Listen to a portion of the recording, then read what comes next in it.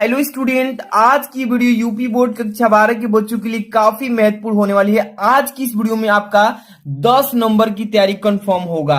10 number की तैयारी confirm है। इस वीडियो को बस शुरू से अंत तक देखना है और समझना है।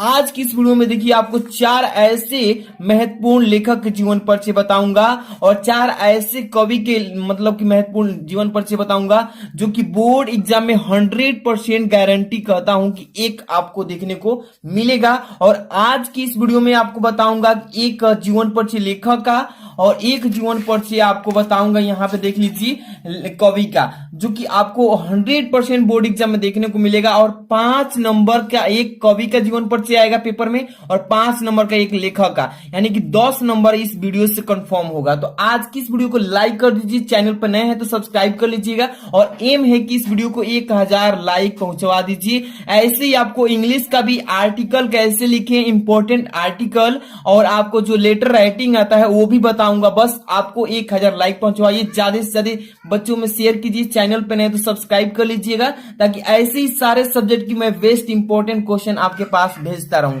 तो चलिए, सबसे पहले नंबर में बात करूंगा।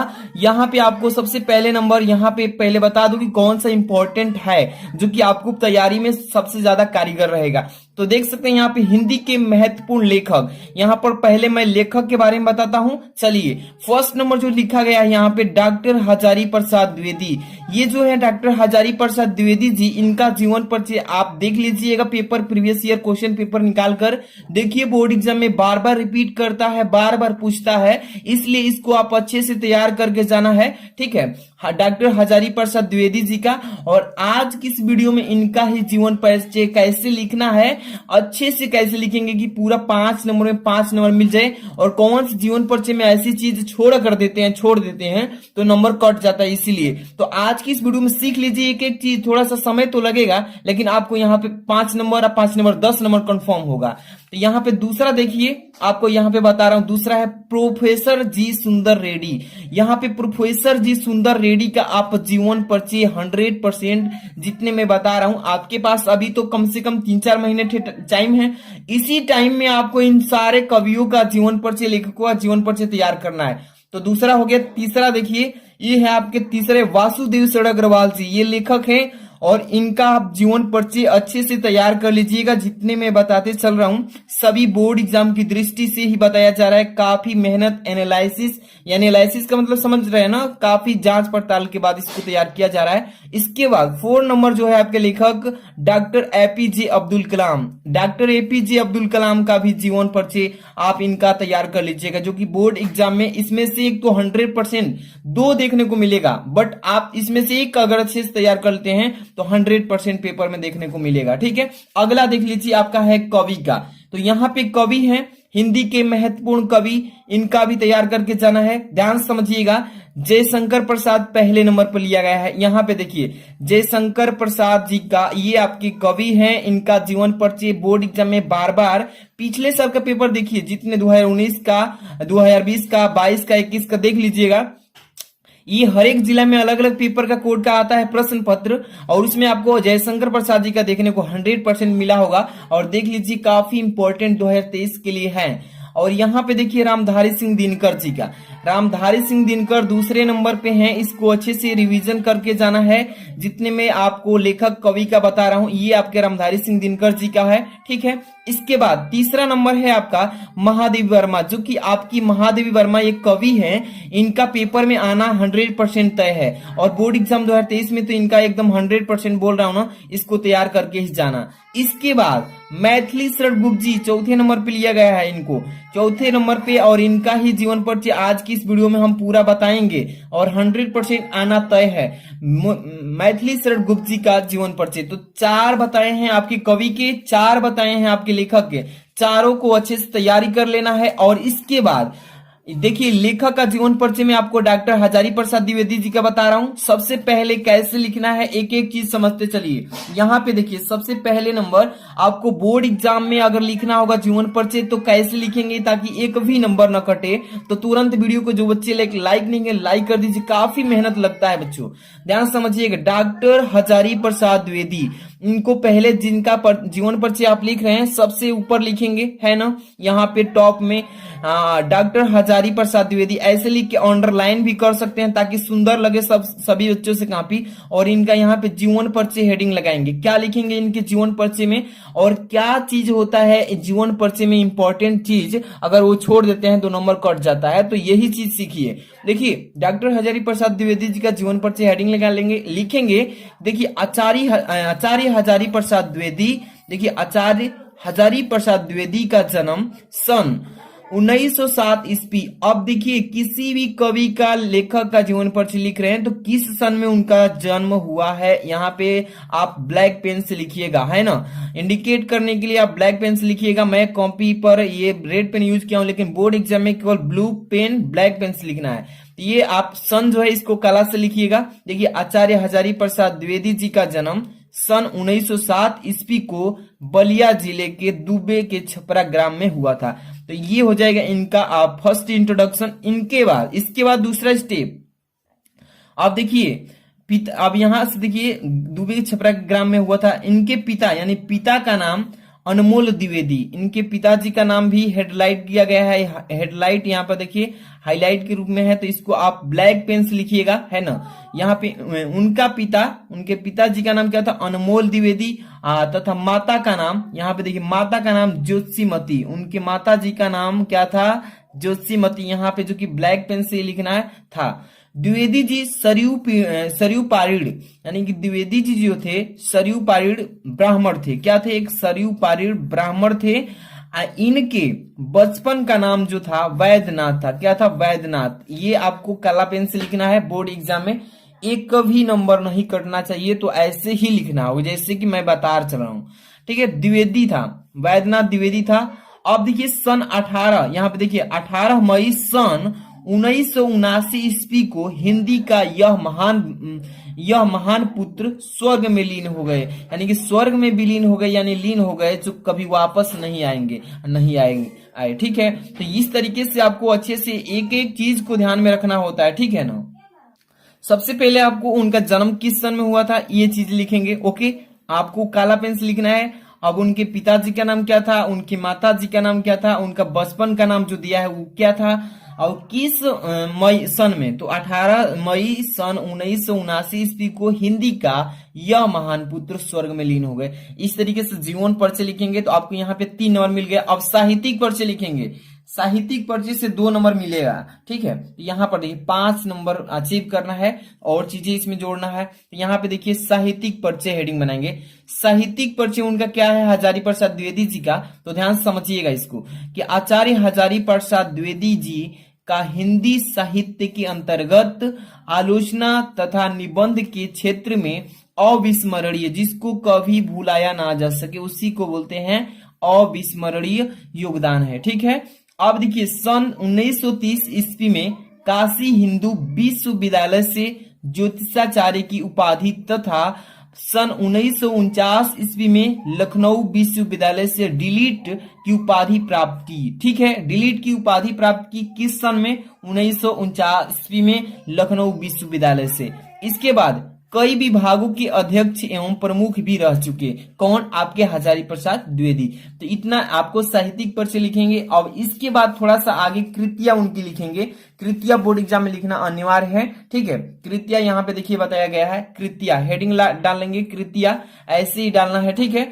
अब इनके बाद आलोचनात्मक कृतियां उनकी कितनी है जो फेमस है, जो आलोचनात्मक कृतियां ऐसे लिख लेंगे और यहां से लाइन से कुछ 2-3-4 लिख देंगे तो अभी भी सही है, ठीक है। तो यहाँ पे देखिए पहला नंबर क्या है उनकी आलोचनात्मक कृतियां, सुर साहित्य। पहला नंबर क्या है उनकी कृतियां, तो पहला नंबर है आपका यहाँ पे लिखा गया है सुर साहित्य। दूसरी नंबर आलोचनात्मक कृतियां क्या है, हिंदी साहित्य की भूमिका। दूसरा नंबर क्या है, हिंदी साहित्य की भूमिका है। इसके बाद तीसरा नंबर देखिए प्राचीन भारत की कलात्मक विनोद। ये जो है तीसरा उन्हीं की आलोचनात्मक कृतियां है, प्राचीन भारत के कलात्मक विनोद। इसके बाद 4 नंबर है कबीर, उन्हीं की कृतियां हैं।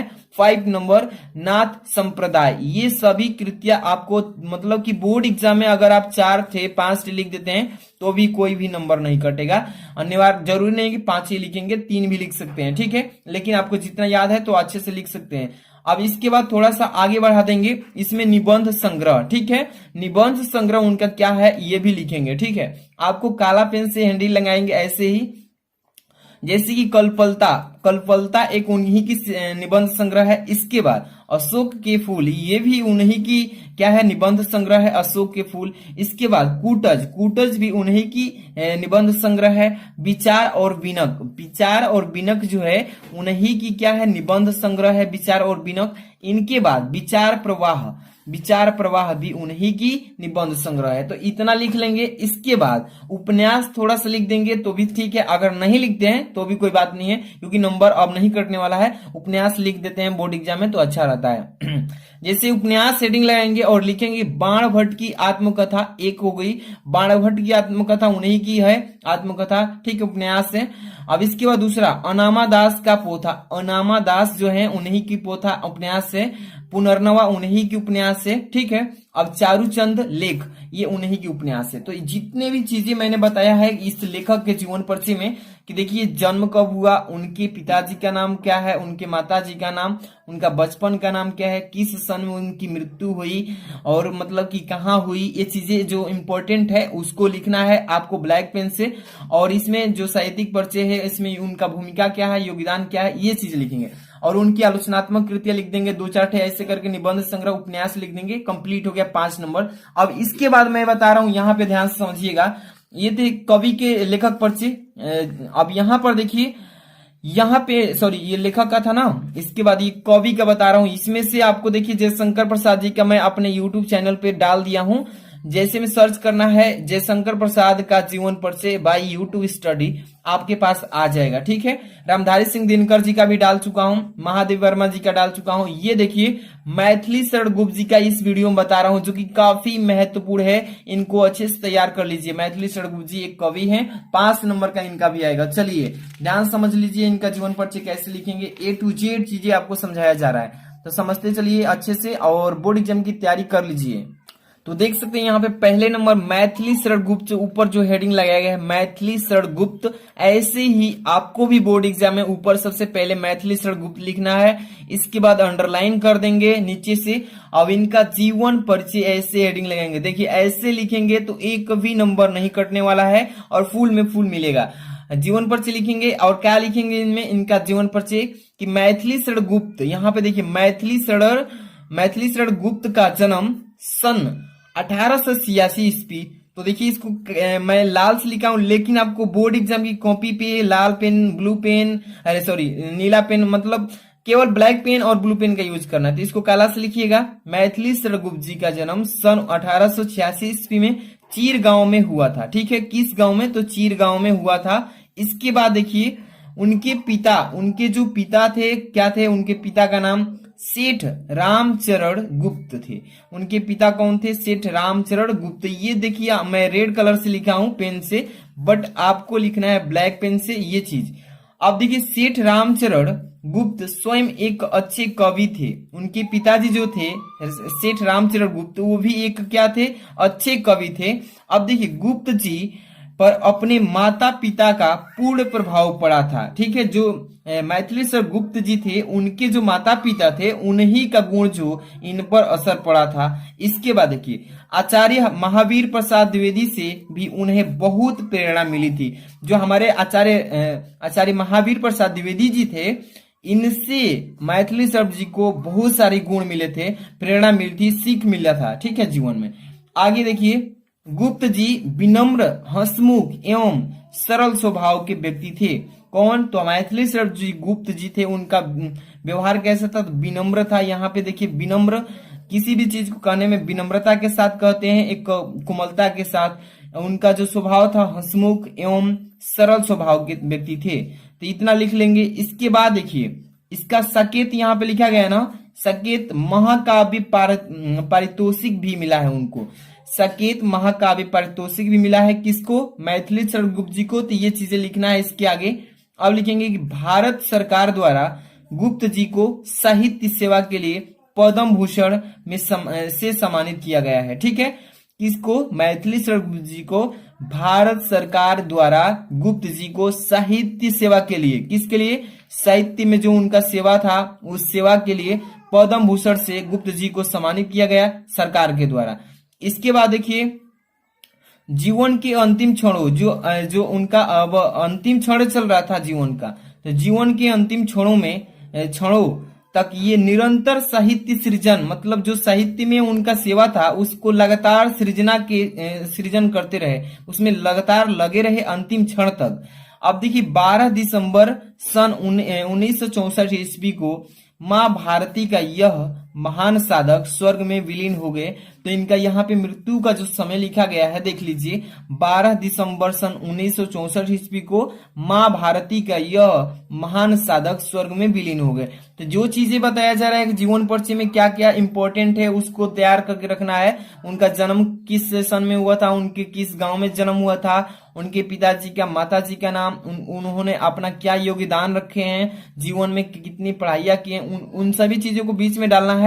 इसके बाद लास्ट में आपको यहाँ पे मृत्यु का समय जो है 12 दिसंबर सन 1964 ईस्वी, इसको लास्ट में जरूर लिखना है। अगर ये चीजें नहीं लिखते हैं तो आपका नंबर इसीलिए कट जाता है, तो आपको अच्छे से लिखना है। इसके बाद साहित्यिक सेवाएं उनकी क्या है, यहाँ पे हेडिंग डालेंगे साहित्यिक सेवाएं, साहित्य में उन्होंने क्या सेवा किया है उस चीज को लिखेंगे। जैसे कि गुप्त जी का झुकाव गीत काव्य, यहाँ पे देखिए गुप्त जी का झुकाव गीत काव्य की ओर था, किसकी ओर? गीत काव्य की ओर था उनका।